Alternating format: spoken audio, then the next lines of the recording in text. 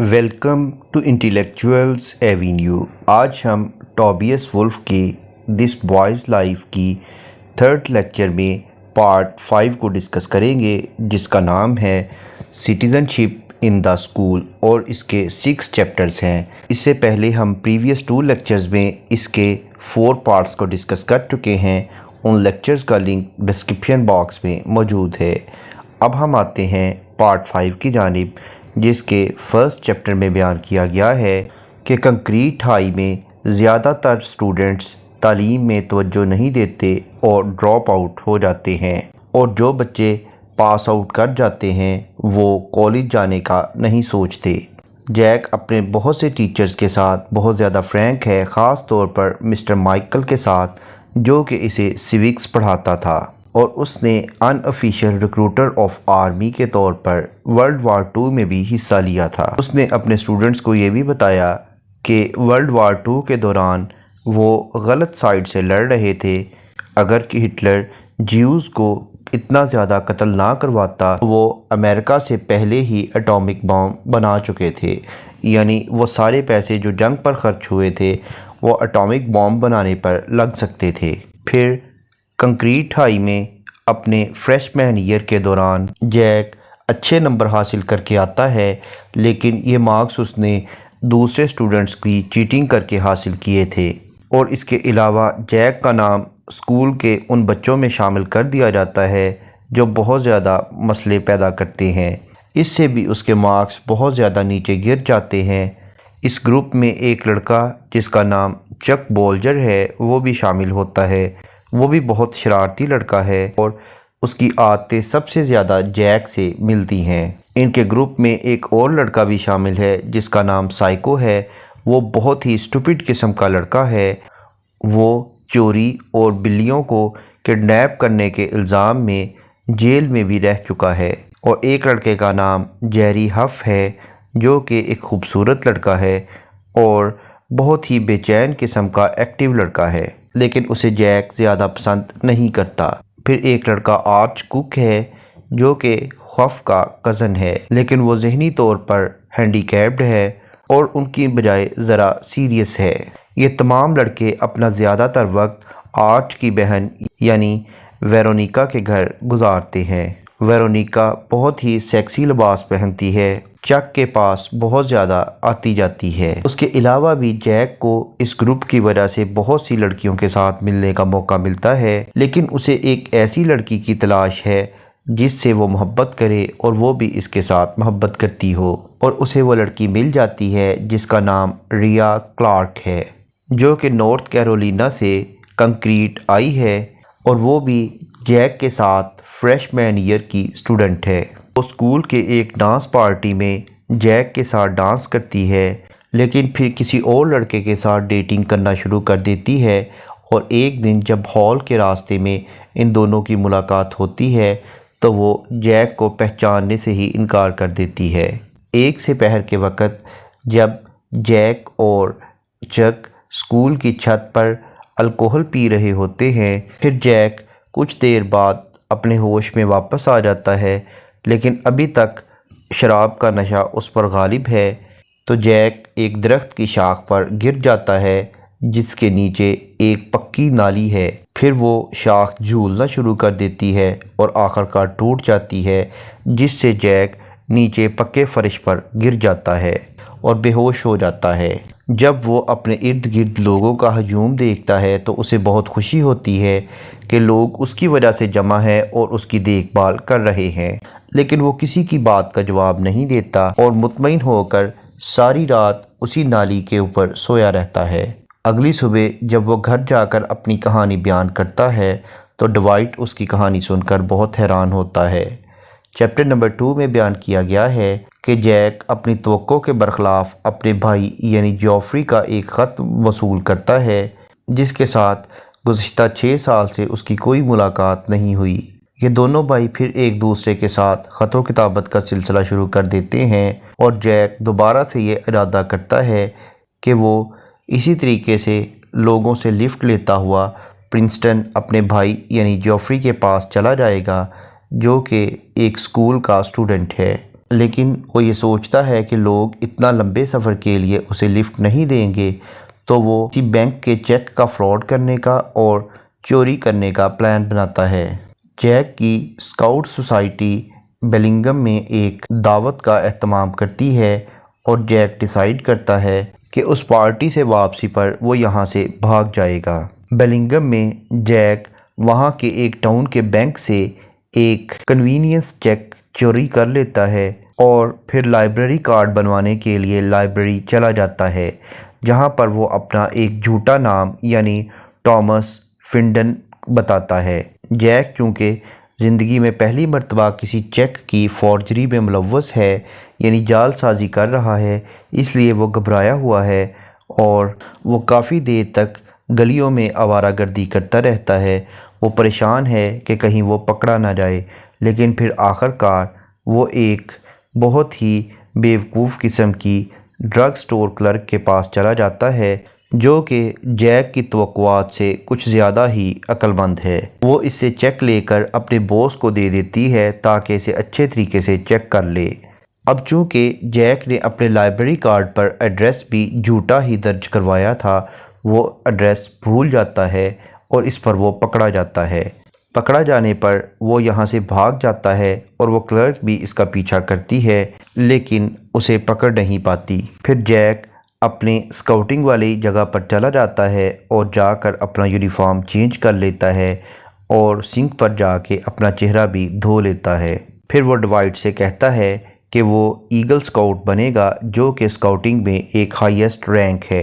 اس کام کے لیے جیک نے بہت زیادہ محنت بھی کی تھی۔ اس بینکویٹ میں رات کے وقت جیک کو وہی ڈرگ سٹور کی کلرک دکھائی دیتی ہے جو کہ اس رات اس کے پیچھے بھاگی تھی، اور اسے پتہ چلتا ہے کہ اس کلرک کے اپنے بھی 2 بیٹے اسکاؤٹس آنر سوسائٹی کے ممبر ہیں۔ پہلے تو وہ کلرک جیک کو پہچان لیتی ہے، لیکن پھر وہ اپنے آپ کو یہ سوچ کر تسلی دیتی ہے کہ اسے شاید غلطی لگ رہی ہے، کیونکہ جیک جیسا لڑکا ایسا کام نہیں کر سکتا، شاید اس کی شکل اس چور سے ملتی ہوگی۔ چیپٹر نمبر 3 میں بیان کیا گیا ہے کہ جیوفری اور جیک یہ دونوں بھائی آپس میں ایک دوسرے کے ساتھ خط و کتابت جاری رکھتے ہیں۔ ایک دن ڈوائٹ جیک کو ایک خالی جار توڑنے پر تھپڑ مارتا ہے اور یہ بات جیک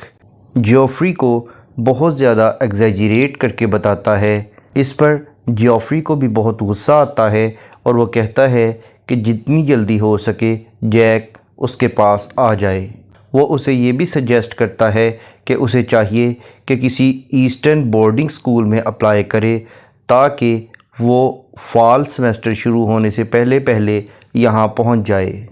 جیک جیوفری سے یہ جھوٹ بول دیتا ہے کہ وہ ایک سٹار ایتھلیٹ ہے اور اس کے ساتھ ساتھ ایک بہت ہی اچھا اسٹوڈنٹ بھی ہے، اور اس پر جیوفری اسے کہتا ہے کہ لازماً ان خصوصیات کی وجہ سے اسے کسی اچھے پرائیویٹ سکول میں بہت ایزیلی ایڈمیشن مل جائے گا۔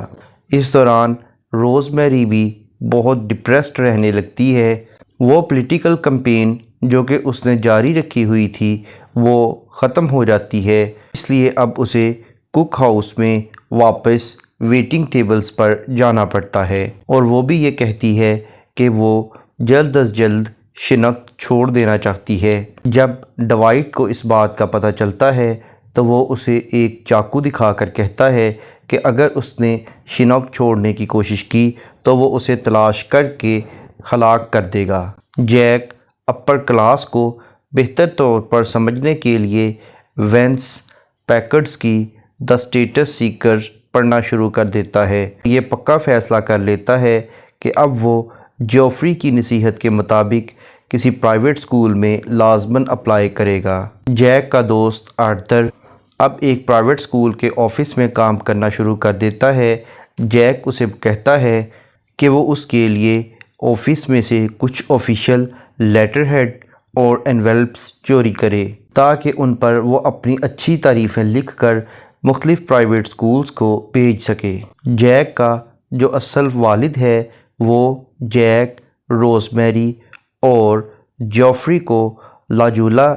یعنی کیلیفورنیا بلاتا ہے۔ اس وقت گرمیوں کا موسم ہے اور وہ جیک کو اس بات پر بھی انکریج کرتا ہے کہ وہ کسی اچھے پرائیویٹ اسکول میں اپلائی کرے۔ روزمیری جیک کو سیٹل سے ہٹا لیتی ہے تاکہ وہ سیٹ ٹیسٹ میں اپیئر ہو سکے۔ اس ٹیسٹ میں جیک بہت اچھی کارکردگی دکھاتا ہے۔ چیپٹر نمبر 4 میں بیان کیا گیا ہے کہ جیک اور اس کا دوست یعنی آرتھر اکثر اسکول سے سلپ ہونا شروع کر دیتے ہیں اور بہت ہی برا سلوک کرنا شروع کر دیتے ہیں۔ مسٹر مائیکل جو کہ ان کا جم ٹیچر ہے، وہ انہیں اسکول کی بس کے پاس ریسلنگ کرتے ہوئے دیکھتا ہے۔ وہ انہیں منع کر دیتا ہے اور کہتا ہے کہ ان کے اسکول کے باکسنگ رنگ میں انہیں چاہیے کہ اینول فائٹنگ میں حصہ لیں۔ ان کے مقابلے میں اسموکرز زیادہ بروٹل ہیں اور وہ رولز کو اتنا فالو نہیں کرتے، اور جیک کو پتہ ہے کہ آرتھر اس سے زیادہ بہتر طریقے سے لڑے گا کیونکہ وہ پچھلے کئی سالوں سے بہت اچھی فائٹنگ کرتا آ رہا ہے۔ ڈوائٹ چاہتا ہے کہ جیک آرتھر کے ساتھ لڑائی کرے۔ اس کے ساتھ ساتھ وہ جیک کو اسموکر کے خلاف بھی تیار کرتا ہے، لیکن جب حقیقت میں فائٹ شروع ہوتی ہے تو جیک جب بھی آرتھر کو ہٹ کرتا ہے تو وہ اپنے ہی فسٹ پر، اپنے ہی ہاتھ پر درد محسوس کرتا ہے۔ جب وہ آرتھر کے فیس پر ہٹ کرتا ہے تو وہ یہ سمجھتا ہے کہ وہ ڈوائٹ کے رولز کو فالو کر رہا ہے۔ ڈوائٹ کو جیک کی فائٹنگ پر بہت فخر ہے کیونکہ وہ اس کے رولز کو فالو کر رہا ہے، لیکن روزمیری اس فائٹ سے بہت زیادہ مایوس ہوتی ہے اور آخرکار آرتھر ہی اس اسموکر فائٹ کو جیت جاتا ہے۔ چیپٹر نمبر 5 میں بیان کیا گیا ہے کہ جیک کو تمام پرائیویٹ اسکولوں سے ریجیکٹ کر دیا جاتا ہے جہاں جہاں بھی اس نے اپلائی کیا تھا، صرف اور صرف اسے ہل اسکول میں آفر کی جاتی ہے۔ اس اسکول کا ہیڈ یعنی مسٹر ہاورڈ جیک کو انٹرویو کے لیے بلاتا ہے۔ وہ جیک کو تھنڈر برڈ بلاتا ہے اور جیک یہ سجیسٹ کرتا ہے کہ وہ اور مسٹر ہاورڈ دونوں کنکریٹ ڈرگ سٹور جائیں گے، لیکن وہاں جا کر وہ جب ہف کو وہاں دیکھتا ہے تو اس بات سے ڈر جاتا ہے کہ ہف اسے بڑے برے طریقے سے مذاق کرے گا، لیکن خوش قسمتی سے ہف کی نظر جیک پر نہیں پڑتی اور مسٹر ہاورڈ جیک کو اس بات کا یقین دلاتا ہے کہ اسے ہل کے لیے ضرور ایکسیپٹ کر لیا جائے گا۔ مسٹر ہاورڈ جیک کو اس بات پر بھی وارننگ دیتا ہے کہ ہل اس کے لیے بہت مشکل بھی ثابت ہو سکتا ہے۔ جیک اس کے جواب میں مسٹر ہاورڈ کو یہ یقین دلاتا ہے کہ وہ ہل میں ہر طرح کے چیلنج کو قبول کرنے کے لیے تیار ہے۔ چیپٹر نمبر 6 میں بیان کیا گیا ہے کہ جیک کی شاپ کلاس میں انگلی کٹ جاتی ہے اور اسے پورا ہفتہ ہاسپٹل میں ہی گزارنا پڑتا ہے، اور اس کی پین کو کم کرنے کے لیے اسے مورفین دی جاتی ہے۔ جب جیک واپس گھر آتا ہے تو اسے بہت درد محسوس ہوتا ہے اور اس کے ساتھ ساتھ مورفین کی بھی طلب محسوس ہوتی ہے، اس لیے وہ ڈوائٹ کی الکوہل چوری کر لیتا ہے تاکہ اپنے آپ کو کچھ سکون پہنچا سکے۔ ڈوائٹ کو جیک پر شک ہو جاتا ہے، اگرچہ ڈوائٹ اس پر زیادہ ظلم نہیں کرتا، لیکن جب وہ اس کو ہلکا پھلکا مارتا ہے تو جیک گر جاتا ہے اور اس کی جو زخمی انگلی تھی اس پر دوبارہ سے چوٹ لگ جاتی ہے۔ اس واقعہ پر روزمیری کا صبر جواب دے جاتا ہے۔ وہ جیک سے کہتی ہے کہ اسے چاہیے کہ یہاں سے چلا جائے اور اپنے فرینڈ یعنی چک بولجر کی فیملی کے ساتھ شفٹ ہو جائے، اور وہ اس کے ساتھ یہ وعدہ کرتی ہے کہ وہ جلد ہی سیٹل میں کوئی اچھی جاب تلاش کر لے گی اور وہ شنک کو ہمیشہ کے لیے چھوڑ دیں گے اور اپنی زندگی دوبارہ سے شروع کریں گے۔ لیکن بولجر فیملی جیک کو اپنے ساتھ رکھنا نہیں چاہتے، لیکن روزمیری انہیں یقین دلاتی ہے کہ اگر وہ جیک کو اپنے ساتھ رکھ لیں تو وہ ان کے ساتھ بہت اچھا سلوک کرے گا، اور جیک بھی اپنی ماں سے وعدہ کرتا ہے کہ وہ بولجرز کے ساتھ بہت اچھا سلوک کرے گا، لیکن جلد ہی وہ یہ وعدہ توڑ دیتا ہے اور جانے سے پہلے ڈوائٹ جیک کو اچھے طریقے سے ملتا ہے اور اسے گڈ لک کہتا ہے۔ بولجرز کے ہاں جاتے ہوئے راستے میں چک اور جیک لیکور پی لیتے ہیں، جس سے ان کے لیے بہت سے مسائل پیدا ہوتے ہیں۔ اس کے بعد پارٹ نمبر 6 کا نام ہے دا ایمن کارنر اور اس کے 5 چیپٹرز ہیں۔ فرسٹ چیپٹر میں بیان کیا گیا ہے ہر رات چک اور جیک روٹین سے شراب پیتے ہیں اور ویرونیکا کے ہاں جاتے ہیں۔ وہاں پر جا کر بھی وہ مزید شراب پیتے ہیں اور پوکر کھیلتے ہیں۔ چک کا باپ جس کا نام مسٹر بولجر ہے، وہ ایک چرچ کا منسٹر ہے۔ وہ جیک سے کسی قسم کی بری توقع نہیں رکھتا۔ وہ چاہتا ہے کہ جیک بھی اس کے ساتھ چرچ میں آیا کرے۔ جیک کو گوسپل کا میوزک بہت پسند آتا ہے اور وہ ایمن کارنر میں بیٹھنے پر بہت خوشی محسوس کرتا ہے، جہاں پر لوگ آہستہ آہستہ تالیاں بجا رہے ہوتے ہیں۔ لیکن جیک ان جیسی پریکٹس تو نہیں کرتا، کیونکہ وہ ڈرتا ہے کہ کہیں چک اس کا مذاق نہ اڑائے۔ لیکن اس کی ان ریلیجس پریکٹسز کو نہ کرنے پر مسٹر بولجر کو بہت غصہ آتا ہے۔ ایک رات ہف اور سائیکو کے ساتھ پوکر کھیل کر اور شراب پینے کے بعد چک اور جیک یہ فیصلہ کرتے ہیں کہ وہ بلنگھم چلے جائیں، لیکن وہاں تک پہنچنے کے لیے ان کی گاڑی میں گیس نہیں ہے، اس لیے انہیں گیس چوری کرنے کے لیے ویلچ فارم جانا پڑتا ہے۔ ویلچ فارم پر کام کرنے والے لڑکے کا نام بھی جیک ہی ہے۔ وہ بھی دوسرے لڑکوں کے ساتھ اسکول جاتا ہے اور بہت ہی شرمیلا قسم کا ہے اور بڑے گندے لباس پہنتا ہے۔ چک اس فارم سے تقریباً آدھا میل پہلے ہی اپنی گاڑی پارک کر دیتا ہے اور ویلچ کے ٹینک سے کچھ گیس کے کین حاصل کرنے کی کوشش کرتا ہے، لیکن آخرکار یہ لڑکے اتنے تھک چکے ہوتے ہیں کہ یہ بلنگھم نہیں جا سکتے، اس لیے چک اور جیک دوبارہ گھر واپس آ کر سو جاتے ہیں۔ اگلی صبح ان دونوں لڑکوں کو مسٹر بولجر جگا دیتا ہے اور مسٹر ویلچ مسٹر بولجر کو یہ بات بتاتا ہے کہ ان لڑکوں نے اس کے ہاں پیٹرول چوری کیا ہے۔ اس پر وہ ان دونوں کو ڈانٹتا ہے اور کہتا ہے کہ جو پیٹرول انہوں نے چوری کیا تھا وہ انہیں واپس کریں اور اس کے ساتھ ساتھ ان سے معذرت بھی کریں۔ مسٹر بولجر اگرچہ بہت ہی صبر کرنے والا شخص ہے، لیکن وہ غلط بات برداشت نہیں کرتا، اس لیے ان دونوں لڑکوں کو بہت زیادہ شرمندگی کا سامنا کرنا پڑتا ہے۔ جب یہ لڑکے اس ویلچ فارم پر جاتے ہیں، چک ان سے معافی مانگتا ہے، لیکن جیک بہت شرمندہ ہوتا ہے اور اس میں معافی مانگنے کی ہمت بھی پیدا نہیں ہوتی۔ جب یہ فارم سے واپس آتے ہیں تو مسٹر بولجر چک کا دروازہ نوک کرتا ہے اور اس سے اس کا حال پوچھتا ہے۔ کچھ خاموشی کے بعد جیک اس بات کا اعتراف کر لیتا ہے کہ اس نے مسٹر ویلچ سے معافی نہیں مانگی تھی۔ مسٹر بولجر جیک کو اکیلے بلاتا ہے اور اسے کہتا ہے فوراً اپنی مدر یعنی روز میری کو یہاں بلائے۔ اب جیک یہ سوچتا ہے کہ اسے چاہیے کہ وہ شنک میں ڈوائٹ کے گھر واپس جانے کی بجائے آرمی جوائن کر لے۔ اگلے دن روز میری بولجر کے گھر میں آ جاتی ہے اور ان سے ریکویسٹ کرتی ہے کہ جیک کی غلطیوں کے باوجود اسے اپنے ساتھ ہی رکھیں۔ اس پر وہ مان جاتے ہیں، لیکن وہ صرف ایک شرط عائد کرتے ہیں کہ جیک اسکول کے بعد ویلچ فارم پر کام کرے گا، لیکن جیک یہ کام نہیں کرنا چاہتا۔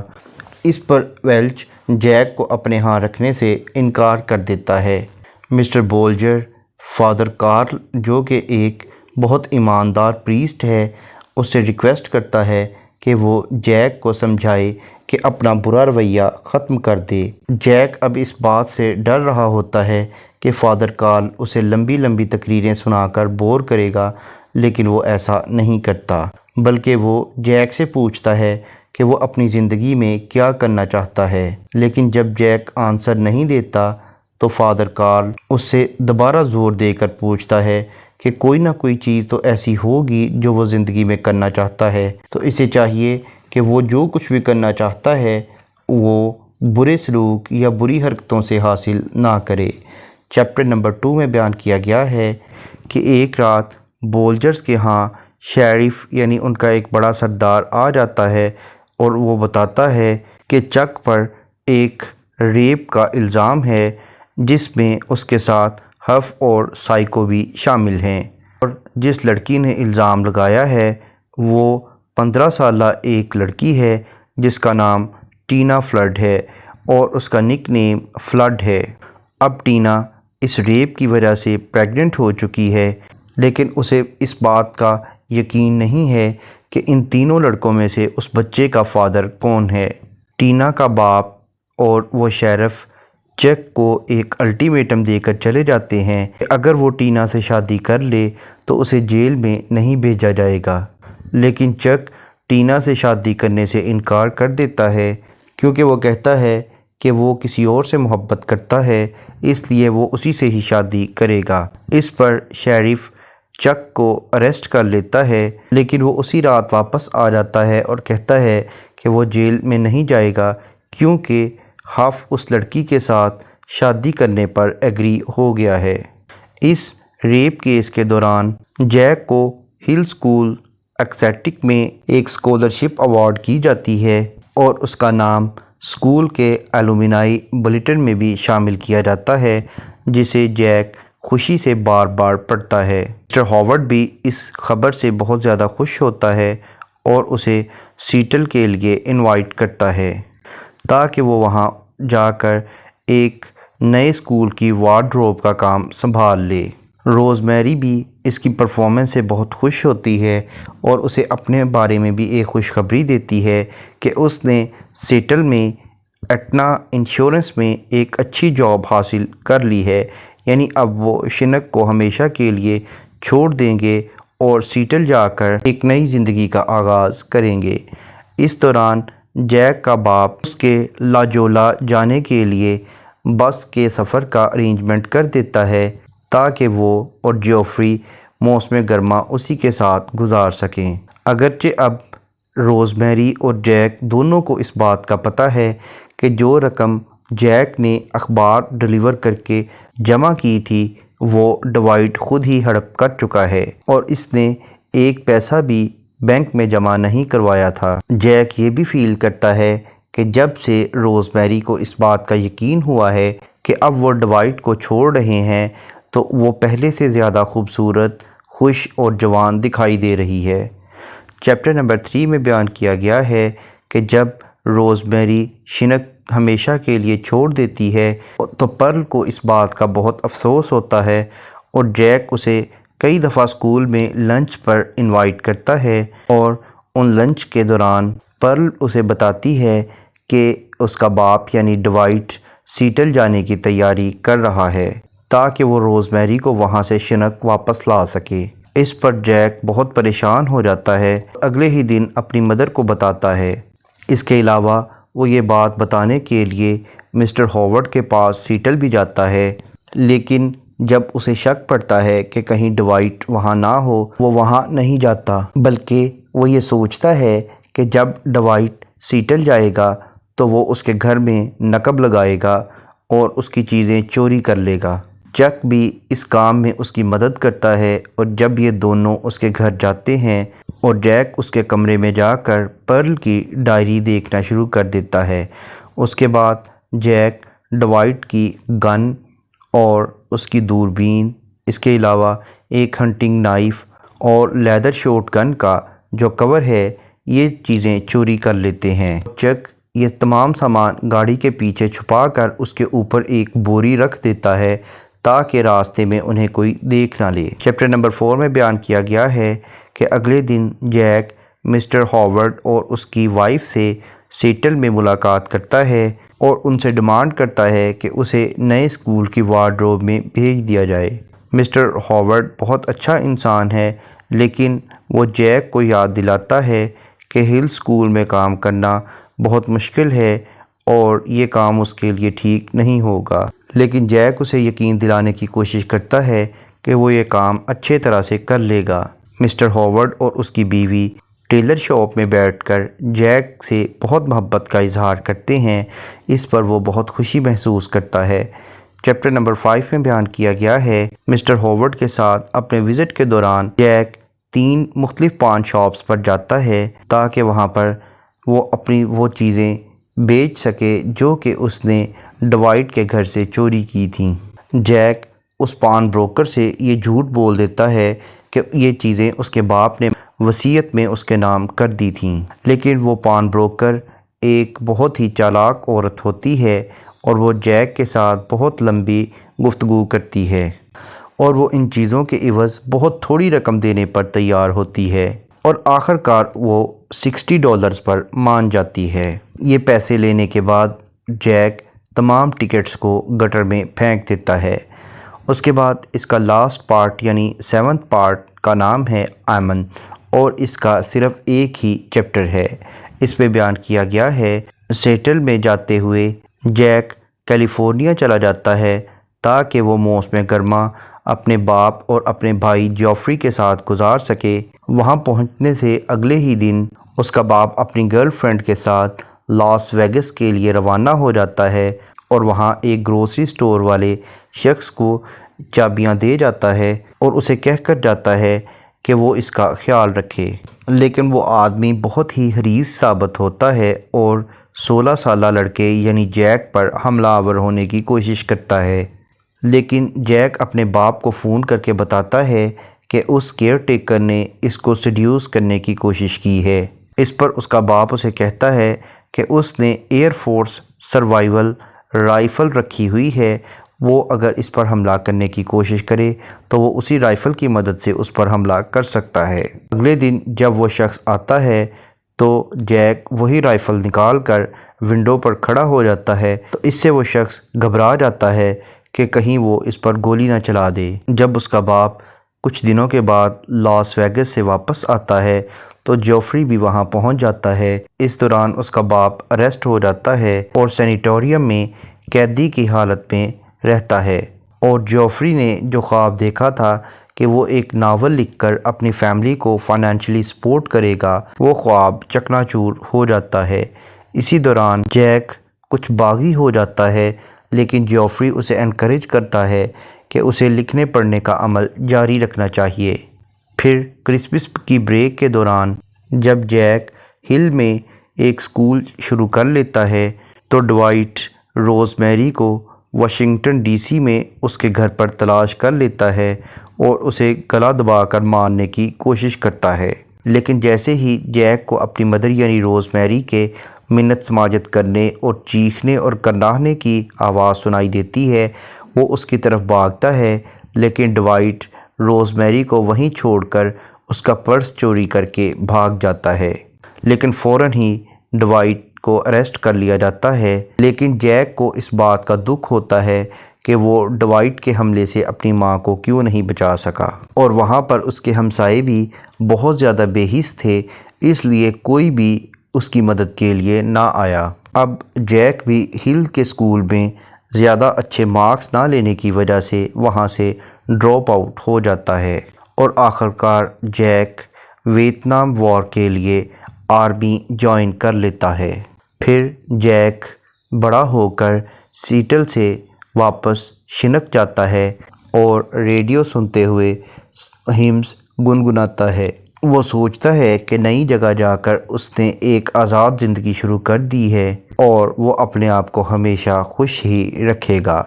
یہاں پر یہ آٹو بایوگرافی کمپلیٹ ہو جاتی ہے۔ اگر ہم اس میں سمبلز کو دیکھیں تو سب سے پہلے وینچیسٹر رائفل جو ہے وہ پاور، کنٹرول اور وائلنس کا سمبل ہے۔ اس کے علاوہ کار فریڈم اور اسکیپ کا سمبل ہے، اور ہاک اس کی آزادی کی خواہشات اور زندگی کی آزاد پروازوں کا سمبل ہے، اور اسکالرشپ، ہوپ اور بہتر فیوچر کی پاسبلٹی کا سمبل ہے۔ اس کے علاوہ سلور بلیٹ جس کی جیک کو استعمال کرنے کی بہت خواہش ہے، وہ اس کے پرابلمز کا ایک کوئک اور فیصلہ کن حل ہے، یعنی یہ اس چیز کا بھی سمبل ہے کہ وہ اپنے ہر مسئلے کا حل میجیکلی بہت جلد کرنا چاہتا ہے۔ اور جو ڈاگ ہے جسے ڈوائٹ نے گولی مار دی تھی وہ انوسینس اور لاس آف ٹرسٹ کا سمبل ہے۔ اس کے علاوہ جو ڈائنگ سیمن ہے، یعنی جب جیک اور روز میری سیٹل سے شنک جا رہے تھے تو جس طرح سے روز میری کی حالت بہت ہی خستہ تھی، اسی طرح سے وہ جو سامنز تھیں ان کی بھی حالت بہت خستہ تھی، یعنی وہ بھی اپنے گھر کو انڈے دینے کے لیے چھوڑ دیتی ہیں اور دوسری جگہ جا کر مر جاتی ہیں، حالات انہیں ہلاک کر دیتے ہیں۔ اسی طریقے سے وہ روز میری کا سمبل ہیں کہ روز میری بھی انہی کی طرح ایک اچھی زندگی کے لیے اپنا گھر چھوڑتی ہے، لیکن وہ گھر بھی اسے کسی قسم کی خوشی نہیں دیتا، بلکہ وہاں بھی اسے بہت دکھ ملتے ہیں۔ اس کے علاوہ جو بوائے اسکاؤٹ یونیفارم ہے وہ ڈوائٹ کی جیک کے لیے ان خواہشات کا سمبل ہے جو کہ وہ اسے اپنے انڈر کنٹرول رکھنا چاہتا ہے۔ اس کے بعد وہ بیور جس کو جیک نے اپنی گاڑی تلے رون دیا تھا وہ بھی اس مستقبل کا سمبل ہے جس کا انتظار کیا جا رہا ہو۔ اس کے بعد وہ وائٹ پینٹ جو کہ جیک نے اور ڈوائٹ نے روز میری کے آنے سے پہلے پورے گھر میں کیا تھا، ڈس فنکشنل اور ہوریبل ریئلٹی کا سمبل ہے۔ اس کے علاوہ اس بایوگرافی میں ہمیں آئرنی کے بھی کچھ اسپیکٹس ملتے ہیں، جیسا کہ سب سے پہلے تو جیک کی آئرنی ہے، جیسا کہ جیک بہت اہم شخص بننا چاہتا ہے، دولت اور شہرت کمانا چاہتا ہے، زندگی میں کامیابی حاصل کرنا چاہتا ہے اور بہتر زندگی گزارنا چاہتا ہے، لیکن اس کے یہ تمام خواب چکنا چور ہو جاتے ہیں اور جو کچھ وہ خواہش کرتا ہے سب کچھ اس کے بالکل الٹ ہی ہوتا ہے۔ اسے ہر جگہ سے مایوسی اور ناکامی کا ہی سامنا کرنا پڑتا ہے۔ اس کے علاوہ جو جیک جھوٹ بولتا ہے ان کی بھی ایک آئرونیکل سگنیفیکنس ہے، جیسا کہ یہ ہمیشہ اپنی اچیومنٹس اور اپنے کیریکٹر کے بارے میں دوسروں کو امپریس کرنے کے لیے جھوٹ بولتا ہے۔ وہ ایلس کو خط لکھتے ہوئے بھی جھوٹ بولتا ہے اور تمام دوستوں کے ساتھ بھی جھوٹ بولتا ہے، اور یہی جھوٹ اسے بہت اچھی زندگی دینے کی بجائے، اسے کامیابی دینے کی بجائے ہمیشہ اسے ناکامی کی طرف ہی دھکیلتے ہیں۔ اس کے بعد ڈوائٹ کا بھی ایک آئرونیکل رول ہے، یعنی وہ ایک فادر فگر ہے اور اپنے سوتیلے بیٹے یعنی جیک کو ایک ویل ڈسپلنڈ شخص بنانا چاہتا ہے، یعنی در حقیقت تو وہ اس کی زندگی میں ڈسپلن اور بہتری چاہتا ہے، لیکن اس کا طریقہ غلط ہے، وہ بہت غلط بیہیویئر کرتا ہے جس وجہ سے وہ اسے بہتر شخص بنانے کی بجائے مزید خراب کر رہا ہے۔ اس کے علاوہ ڈوائٹ کے جو ڈسیپشنز ہیں، اس کے جو دھوکے ہیں، ان کی بھی ایک آئرونیکل سگنیفیکنس ہے، یعنی روز میری اور جیک کے ساتھ بہت برا سلوک کرتا ہے تاکہ ان پر وہ اپنا ہولڈ قائم رکھ سکے، لیکن اس کے برعکس وہ دونوں اس سے متنفر ہو جاتے ہیں اور اسے چھوڑ کر ہمیشہ کے لیے بھاگ جاتے ہیں۔ اس کے بعد امریکن ڈریم کا بھی یہاں کنسیپٹ پایا جاتا ہے، یعنی جیک اور اس کی ماں اچھے فیوچر کے لیے ٹریول شروع کرتے ہیں، لیکن یہی ٹریول ان کے تمام خوابوں کو ہمیشہ کے لیے شیٹر کر دیتا ہے اور خوشیوں کی بجائے انہیں ہمیشہ کے لیے دکھ ہی ملتے ہیں۔ اس کے بعد جیک کا اسکالرشپ کے لیے جو جھوٹ ہے وہ بھی وہ ایک اچھی زندگی کے لیے بولتا ہے، لیکن وہی اس کے گلے کا پھندا بن جاتا ہے اور اسے بہت زیادہ برے حالات کی طرف دھکیل دیتا ہے۔ اس کے علاوہ مس پرسیوڈ ریئلٹی کی بھی آئرنی کا اسپیکٹ ملتا ہے، یعنی ہر وہ کام جو اس میں کیریکٹرز کرتے ہیں وہ کسی اور پرپس کے لیے کرتے ہیں، لیکن اس کا رزلٹ موسٹلی ڈیفرنٹ ہی آتا ہے۔ اس کے علاوہ آرٹ کا بھی ایک آئرونیکل اسپیکٹ ہے کہ جیک ہر طرح کا آرٹ سیکھنا چاہتا ہے، لیکن وہ اس کو اپنی زندگی کو بہتر بنانے کے لیے استعمال نہیں کر سکتا۔ اس کے علاوہ ویتنام کا جو سفر ہے اس میں بھی آئرنی ہے، کیونکہ وہ پراسپیرٹی کے لیے، خوشحالی کے لیے ویتنام جانا چاہتا ہے، لیکن وہاں جا کر اس پر وار یعنی جنگ مسلط کر دی جاتی ہے۔ اینڈ پر اگر ہم اس کے تھیمز کو دیکھیں تو اس میں ہمیں فادر سن ریلیشن شپ ملتا ہے، ابیوز اور ڈومیسٹک وائلنس کا تھیم ہے، میسکولینٹی اور ایکسپیکٹیشنز کا تھیم ہے، مینٹل ہیلتھ اور ڈپریشن کا تھیم ہے، آئیڈینٹی اور سیلف انوینشن کا تھیم ہے۔ اس کے بعد آزادی کی تلاش کا تھیم ہے، اسکیپزم کا تھیم ہے اور کریکٹر پر انوائرمنٹل امپیکٹ کا تھیم ملتا ہے، اور اینڈ پر ڈسیپشن اور ٹروتھ کے کمپیریزن کا تھیم ملتا ہے۔ یہاں پر یہ بایوگرافی کمپلیٹ ہوئی۔ اس تمام بایوگرافی کو ڈیٹیل میں سمجھنے کے لیے اسی چینل یعنی انٹیلیکچوئلز ایوینیو پر دا بوائز لائف کی پلے لسٹ کو وزٹ کریں، جس کا لنک ڈسکرپشن باکس میں موجود ہے۔ Thank you for attending this lecture.